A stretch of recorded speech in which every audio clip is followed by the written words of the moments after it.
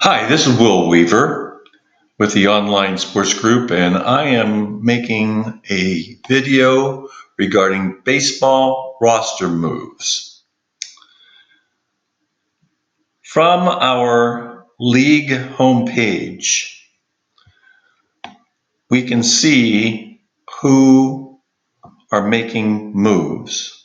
Here we're at the beginning of the season, and under moves, zero, zero, zero.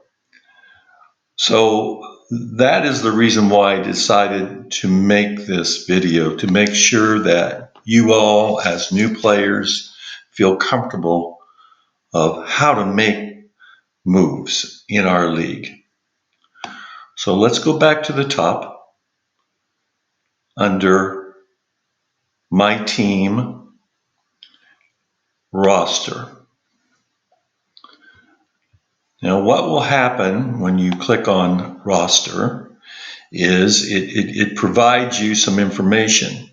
I've used 2 of my 5 ads. You've not had any moves, so yours should say 0 of the 3 that haven't made moves.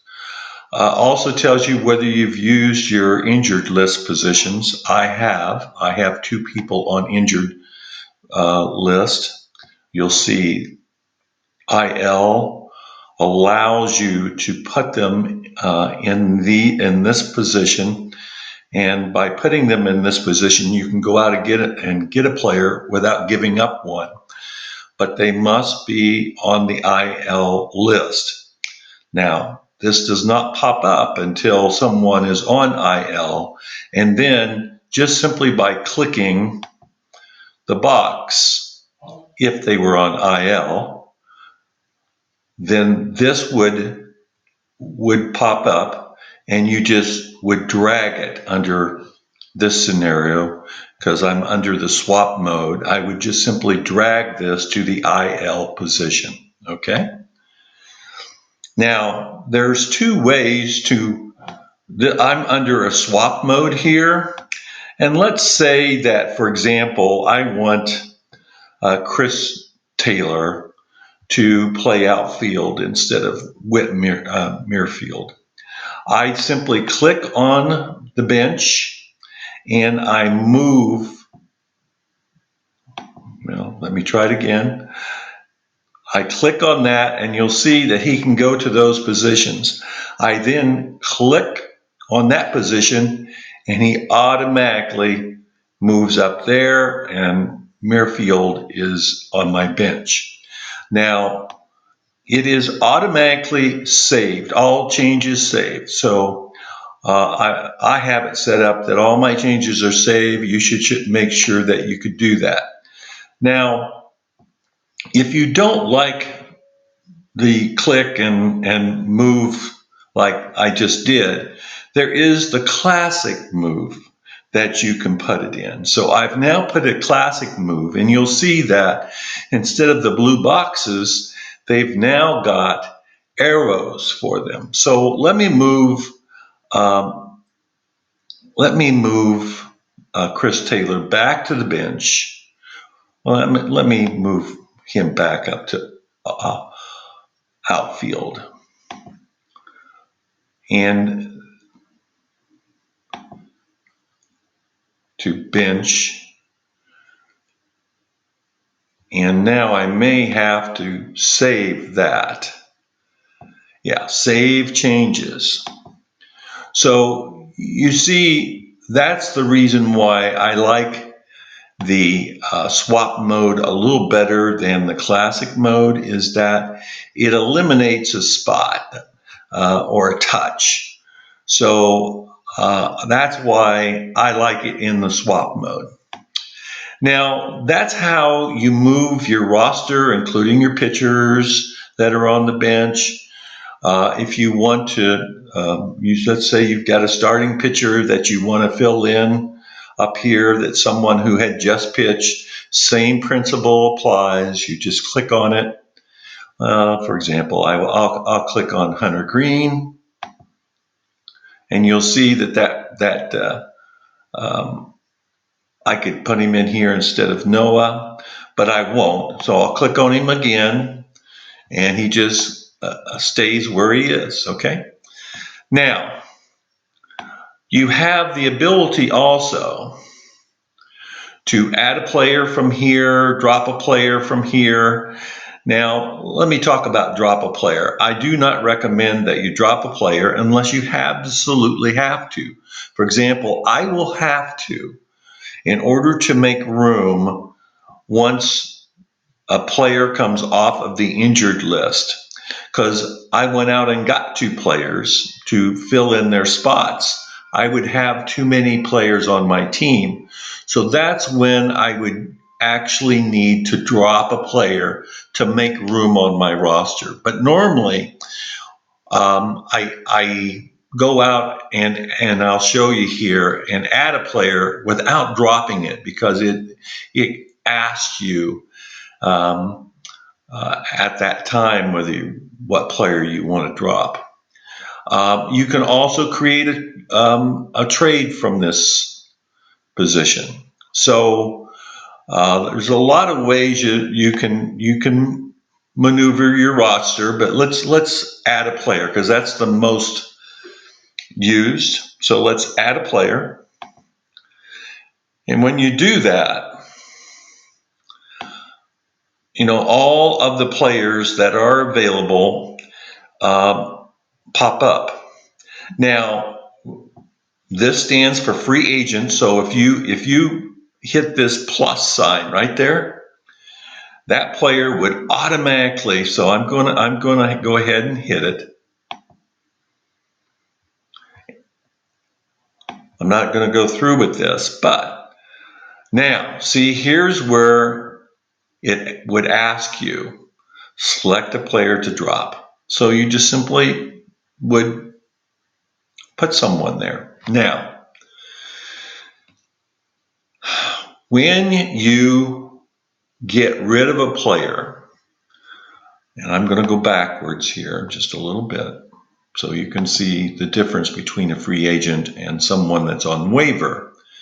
When you drop a player, any player, they go on waivers for 2 days. So you can see someone has had Andrew McCutcheon and they dropped him. So now let's show the difference between a free agent and waiver. Because let's go back to the home page. I want to show you something on that. League overview. So that's our home page. This will show us what waiver position we are. So if 2 of us wanted Andrew while he was on waivers, not when he's a free agent, but while he is on waivers, let's see, I'm in waiver position 3. But let's say that Kathy wanted him instead, and she's got waiver position 1. When he comes off of waivers, he would be her player because she is in a lower position on waivers than I am. Now, once she gets a pick off of waivers, she goes to the very bottom. So Randy, for example, may have already picked someone off of waivers because he's now 12 and he's made 3 moves. So one of those may have been waivers. The same way with Bill, he's in 11th spot. So Randy must have done it after him.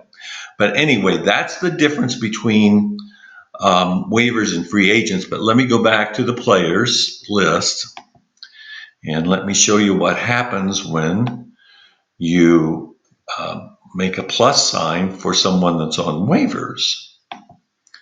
So here is claim player from waivers. Again, you want to do this if this is someone that you're wanting.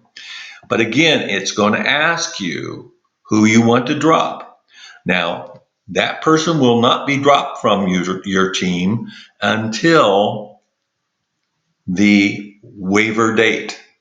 And in this case, the waiver date is April 4th. So on April 4th, that's when that would occur. Okay? Now, One other thing about dropping, and let's go back to my team. You'll see that under my team, instead of under, we first looked at roster to make these moves. But the next one is a watch list. So let's assume that your number one draft pick, let's say that Aaron Judge, which was the number one draft pick,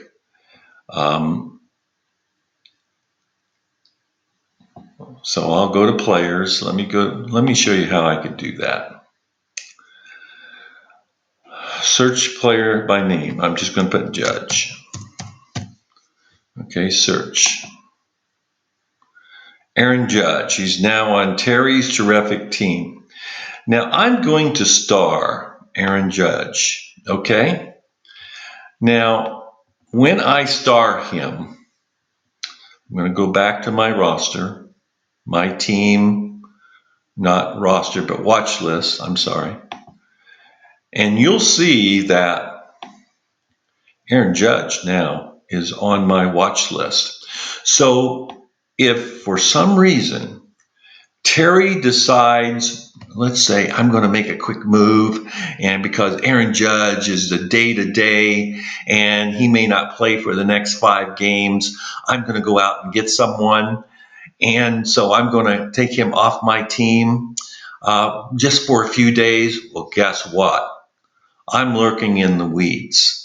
I can tell when Aaron Judge is available. And again, once he drops him, he's on waivers for 2 days. And if I have a lower waiver position, then even if some other team may also want Aaron Judge, if I've got the lowest position, I will get Aaron Judge. That's why when you make roster changes, let's go to my team roster. When you decide to switch players, to drop players, to do all those things, and I want to go back to, I don't want classic mode, I want swap mode. We should, normally it would default to that for me, but just be aware, you've now exposed your player that you may like and want back, but you may not get him back because he may be claimed on waivers. So, how you manage your roster throughout the season will determine how well you do in the league. So I wanted to spend a few minutes and talk to you about how to make roster moves. Thank you.